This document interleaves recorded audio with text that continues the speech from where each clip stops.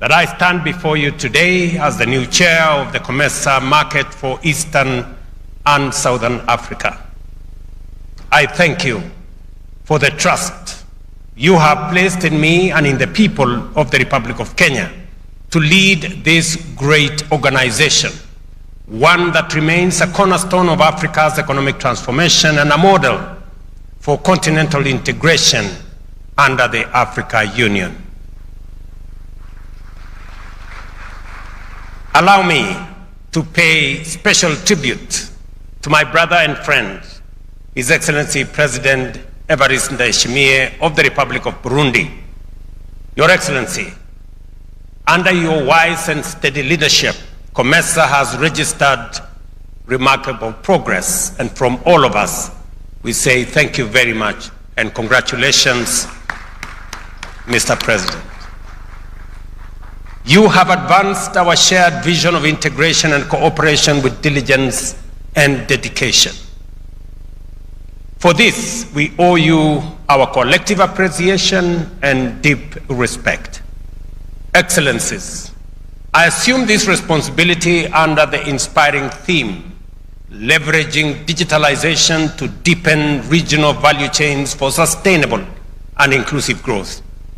Indeed, it is my firm conviction that the future of our prosperity and our rightful place in the global economy will be defined by how effectively we harness the transformative power of digital technology. For far too long, Africa has been a passive recipient and consumer of technology. The time has come for us to become producers, innovators, and exporters of digital solutions, shaping our own economic destiny. In Kenya, the story of M-Pesa is a vivid example of the power of local innovation. A simple idea born from necessity and nurtured by ingenuity that revolutionized financial inclusion for millions. This is the spirit of African innovation we must now ignite and scale across our region. We must move decisively to digitalize every aspect of trade facilitation by investing jointly in physical and digital infrastructure, modern transport corridors, regional data centers, and secure cloud services. These digital superhighway excellencies must not end in our capitals. It must reach every village, connect every farmer, empower every entrepreneur, and link our landlocked nations to the arteries of global trade. Equally, we must harmonize our digital policies and regulatory frameworks. Fragmentation is itself a non-tariff barrier. A single digital market for COMESA will require common standards for e-commerce, digital payments, data protection, and cybersecurity. Let us therefore accelerate the adoption of electronic certificates of origin, integrated single window systems, and interoperable cross-border payment platforms to make our region the most efficient place for trade on our continent. Excellencies, at this time, we must now leap into the fourth industrial revolution, Industry 4.0, by integrating automation, artificial intelligence, and advanced manufacturing. This is how we will transform our rich mineral and agricultural resources into high-value finished products within COMESA, creating quality jobs, boosting economies, and expanding our incomes. Digital solutions in logistics, including real-time cargo tracking, smart port management, and AI-driven supply chain systems will reduce transit times, cut costs, and enhance transparency in our trade networks, making COMESA the most efficient and attractive trading region in Africa.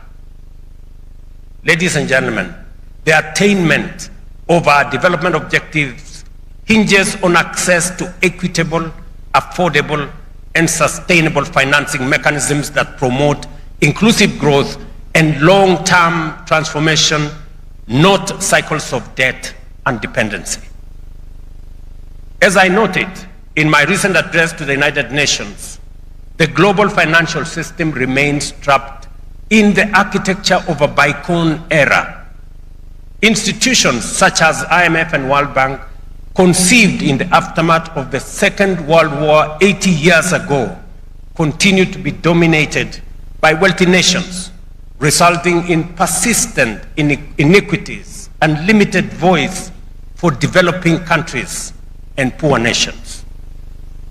In response, one of the most viable pathways for Africa and for regional economic blocs like COMESA is to strengthen our homegrown multilateral financial institutions such as Trade Development Bank, Afrexim Bank, Africa Finance Corporation, Shelter Afrique, Africa Re, and the Africa Trade and Investment Development Insurance and ZEP-RE. These institutions, ladies and gentlemen, embody our collective determination to mobilize African capital for African priorities. We may recall that Trade and Development Bank, for example, was established under the preferential trade area, the precursor of COMESA, and has since evolved into the financial arm of our common market, driving regional trade, investment, and sustainable development. That is why here in Kenya, we are backing our words with action. Having already committed $50 million as share capital to Afrexim Bank, we have just additionally invested $100 million to enhance our shareholding in Trade and Development Bank. And my good friend Tadesse, the CEO, is at the corner there. These African-led banks are proving to be true partners in progress. Through our participation, Kenya can now access long-term facilities of up to 25 years at reasonable concessional interest rates, tangible proof that investing in our own institutions yields real and sustainable value. By strengthening and capitalizing these entities, we are deepening regional financial integration and ensuring that Africa's development is financed on terms that reflect our realities, our priorities, and our aspirations. Excellencies, intra-COMESA trade, though improving, still accounts for a very small share of total trade. Africa, as we all know, and I was looking at the numbers this morning, only contributes 3% to global trade. And as we also know, intra-Africa trade, and I'm sure my brother Wamkele is here, is only 14% of all our trade. If you compare with Europe, 70% of their trade is intra-European. They trade 70% of their products within Europe. In Asia, they trade 60% of all their products and services within Asia. In Africa, we are only doing 14%. And that is why our contribution to global trade is only 3%, because we are not trading first and foremost with ourselves. And the reason why we are not trading with ourselves, and that is why the essence of COMESA, the reason why we are not trading with ourselves is because we have unlimited barriers. Just imagine that in the European Union, 26 countries, they have a single visa. Therefore, their people can move much more freely. In COMESA, with the, let's say, the tripartite agreement, we have 27 countries and 27 visas to be able to travel. Tell me, ladies and gentlemen, how we are going to catch up with the rest of the world if we are going to have this visa and that visa and the other visa to cross this border and the other border and the next border. So I want to commend my brother, President Ndayishimiye, this morning for announcing that Burundi is going to join countries in our continent that today are thinking about eliminating visa requirements for Africans to travel within our continent. Secondly, is the issue of trade barriers. We have signed beautiful agreements, but we are not translating those agreements into real movement of products and people on the ground. Ladies and gentlemen, we must move from competition amongst ourselves to cooperation and collaboration. From exporting raw materials to building value chains that retain wealth within our borders.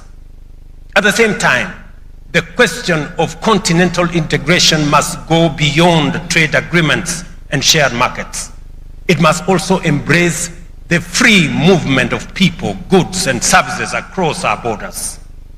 True integration will only be achieved when an African can travel, work, and invest freely anywhere within our continent. I will give you some numbers. When we decided as Kenya that we are going to open our borders to Africans and limit the requirements of visa, our visitors from Africa have doubled. Africa's strength lies in its openness and unity. We are optimistic that our sister countries across the continent will take similar bold steps that together we may unlock the full potential of a borderless, connected, and prosperous Africa. Ladies and gentlemen, our growth must be inclusive, uplifting micro, small, and medium enterprises, empowering women and youth, and ensuring that every citizen becomes a stakeholder in our shared prosperity. Equally, sustainability must be central to our development model. We are stewards of a rich natural heritage, and we owe it to future generations to pursue growth that protects our environment. Excellencies, all these ambitions rest on unshakable foundations: peace, security, and stability. There can be no development without peace and no investment without stability. We must therefore strengthen our collective capacity to prevent conflict, manage disputes peacefully, and uphold democracy, good governance, and the rule of law. This must remain our highest and most sacred duty. The government and the people of Kenya are ready to play our part. In accepting the chairmanship of this great common market, I pledge to serve as a dedicated, energetic, and collaborative partner, working with each of you to advance the COMESA vision of a shared prosperity, integration, and transformation. Together, we can build a COMESA that is digital, that is dynamic, and deeply inclusive, a bloc that truly reflects the promise of a rising Africa. Ladies and gentlemen, I want to thank you very much for choosing Kenya, coming to Kenya, and sharing this moment with us. And thank you very much for your audience. Asanteni sana.